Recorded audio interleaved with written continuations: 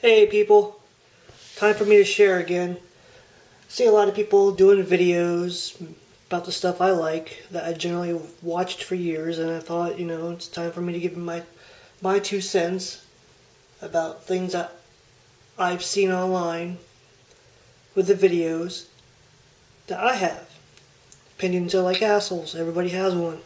That's why we watch these review videos, right? To get other people's opinion. Some people like something, some people don't like something. It's a good way for the consumer to not waste his money. So anyway, this is my Ruger SR9. It's a great weapon. I've had this weapon for over a year now. Well over 800 to 1,000 rounds through it. Hell, probably more than that. I've had no problems with this here weapon.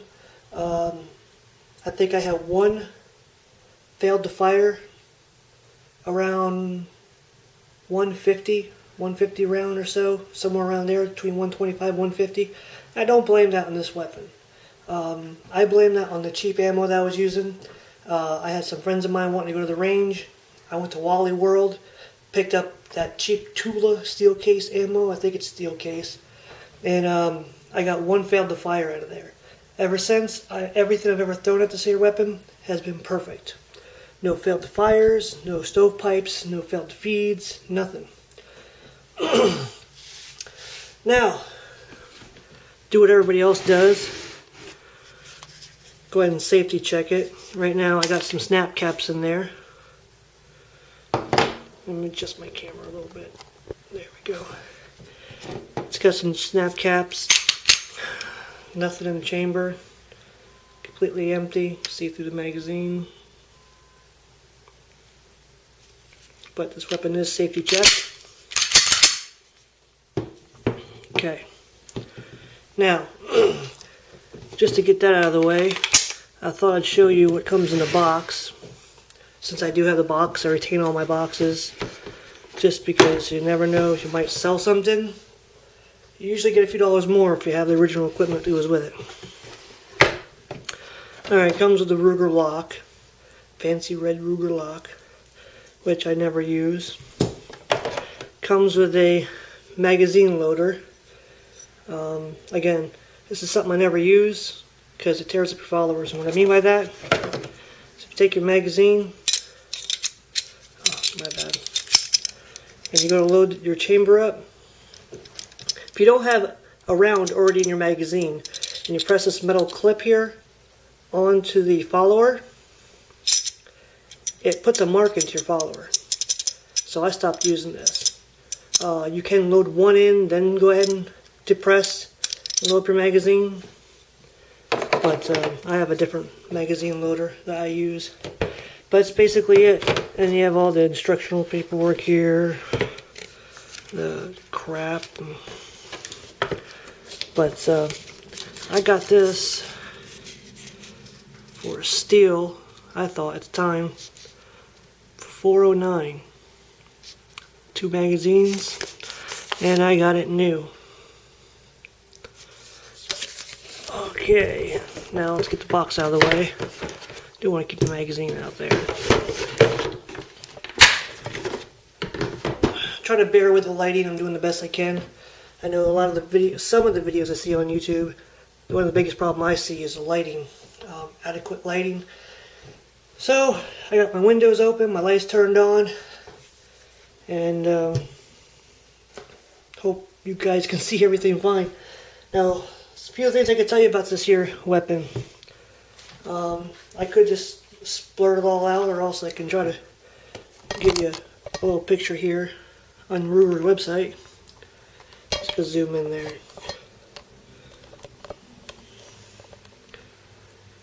There we go.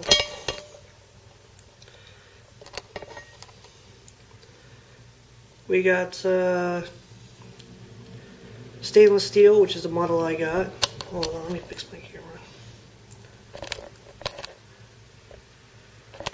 Come on, zoom out.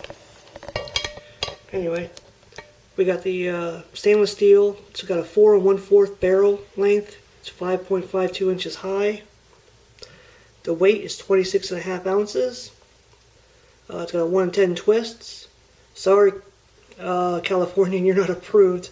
It's brushed stainless. It's got the 3-dot sights. Overall length is 7.5 inches. Width 1.27, 17 plus 1 in the chamber. 6 grooves, and suggested retail is $5.25. So anyway, just some points there. I normally don't like to go over the details, but I know some people really like the details. But if you're already looking about this weapon, you're probably going to look up on the website and see what's there anyway. Now, again, what do I like about this weapon? Okay, let's start. It's got the 3-dot sights. You can see that there. They line up nice. There's a lot of rounded points on this here weapon. It's one of the things I like about it. Here, let me go over here.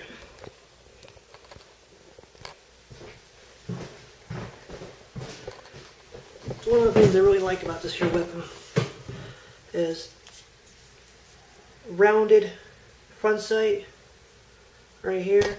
It's got the rounded back sights. So when you're withdrawing it from your holster, you can see it come up and over. This gun does have a lot of safeties. It's got the trigger safety right here, which that's what they added on when they had the big Ruger, the SR9 recall, because some people apparently dropped the weapon and it went off. It's got the striker fire indicator back here. As you can see, it's cocked right now, but there's nothing in the chamber. We already safety checked it. And it's got a loaded indicator up here, which is really nice.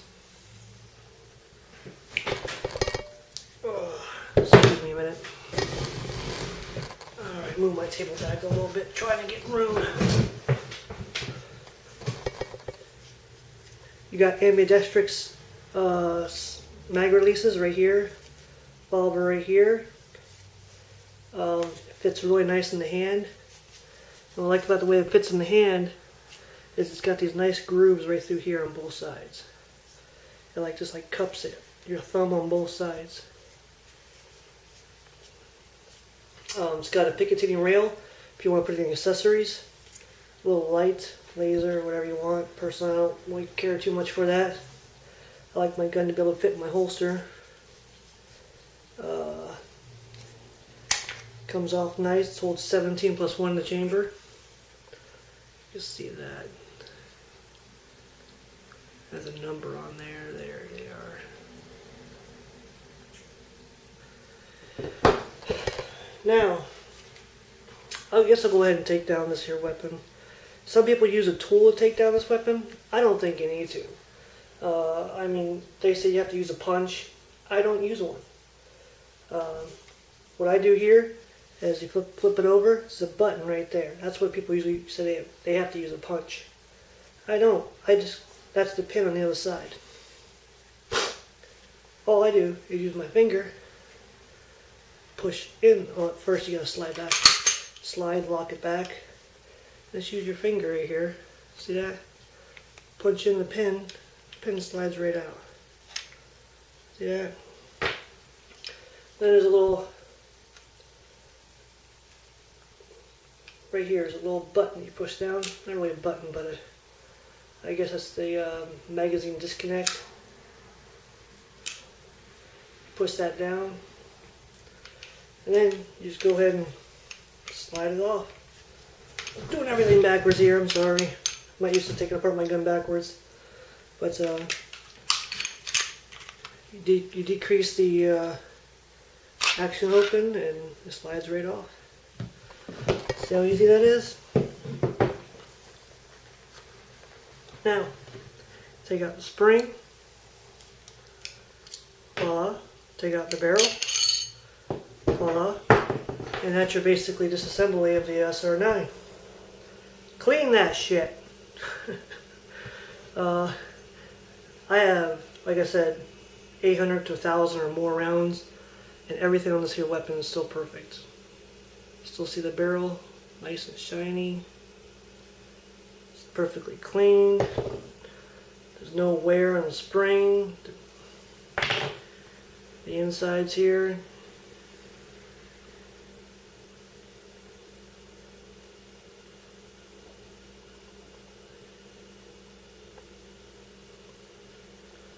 No wear and tear.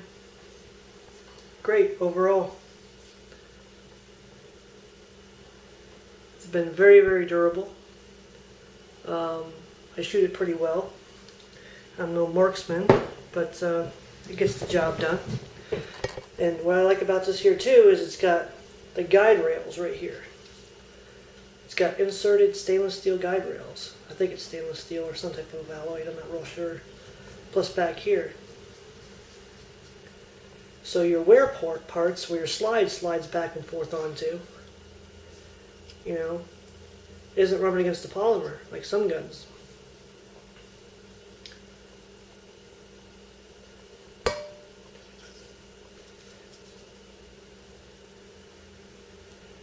So it lasts longer. Let me come back around here.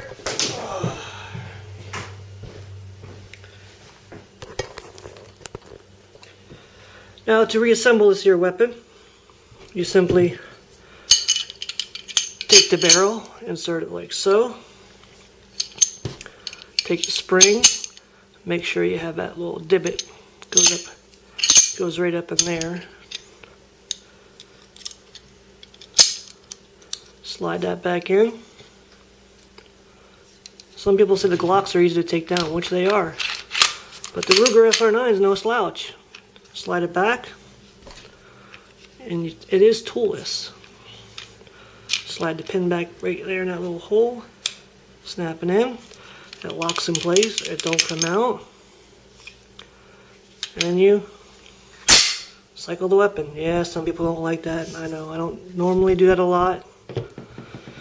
Now, there is a magazine disconnect. So when you have the round in and you cycle around, it is loaded. Again, snap caps. The indicator. And when you pull the trigger, it will fire. But if you have no magazine in it, and you go to fire this weapon, it will not fire, but it will click. Because there's no magazine in it. It cycles around, it's very nice. And as you can see, they pop in, they pop out, and that's even with snap caps. That's the basic gun. I mean, I'm sure I'm missing some stuff. You have the safety back here, you know, which you can engage and disengage, classic 1911 style. With a little white cap, and you have the red dot, and I don't know what else I can really say. I'm sure I'm missing some stuff, but I'll go ahead and show you what I usually use for ammunition. Now, if some people won't tell you what they're using for ammunition, all they're saying is, oh, the gun's great, it cycles well, or hey, the gun sucks, it don't cycle well. Well, a lot of that has to do with the ammunition. These are the ammunitions I generally use for my Ruger SR9. These two for home defense / self-defense, whatever. I also use the Hornady Critical Defense FSTs or FTXs, which is a little polymer bullet. I've never had a problem with it. I use this here brand basically as a shit hits the fan situation. I don't know. I have hundreds of rounds of these. This is the Remington UMC 100 box. I buy these local sporting goods shop. Usually get some for about $24 for a box of 100. For jacket of hollow points, you can't beat that. I mean, yeah, it's a cheaper round. It's not going to be your primary self-defense round. But you know what? I'd rather have these stocked up for practically the same price as ball ammo.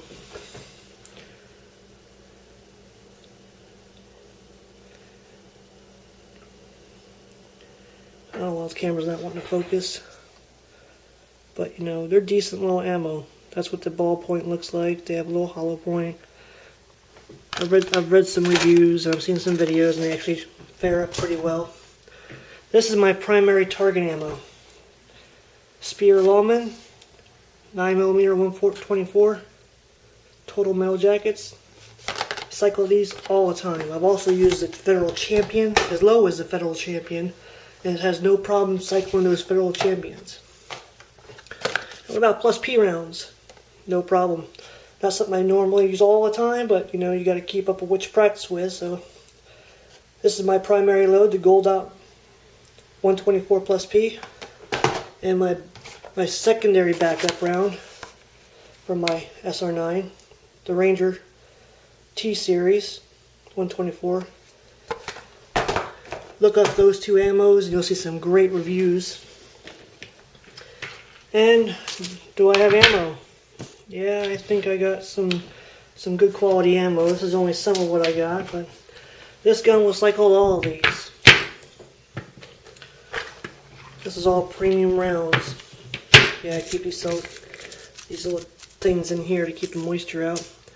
But if you thought I just had boxes and I didn't have ammo,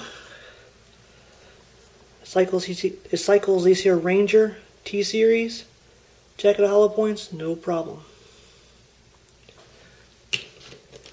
Cycles this here Gold Dots 124s,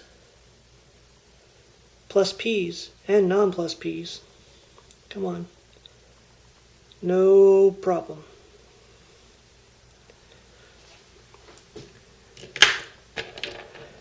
And I already showed you the polymer tip critical defense, I think. If I didn't, I'll show you again. But that little ball tip, it don't matter. It cycles them fine. And I like to use these in another one of my guns. It will cycle through this gun, but I like to use it in my other concealed carry gun. Because I do conceal the SR9 once in a while. But, you know, it is a little bit bigger to conceal, so I use a single stack 9mm. The LC9, which I'll do a review on as well.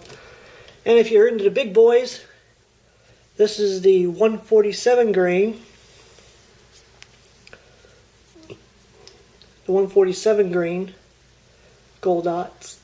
Excuse me, that cycles just fine. The only round that doesn't cycle fine, which I haven't found a semi-auto in the world that will cycle them very well, is these here shot shells. You know, if I have a snake or a rat in the backyard or something, I'll go ahead and pop in one of these. If I don't want to, you know, wake up the neighborhood with a shotgun and take out a snake and a rat with that. But you know, I got that as fun ammo. And my more snap caps. But yeah, gun cycles them all great.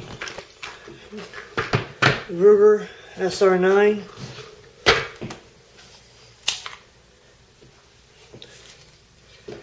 It's time to go back to bed until I need you. So I load up the live rounds, but I don't cock it back. As you can see, loaded chamber indicator says there's nothing in the chamber right now. But that's about it. That's my 2 cents about the Ruger SR9. Opinions are like assholes. Everybody's got them. Have a good one. See ya.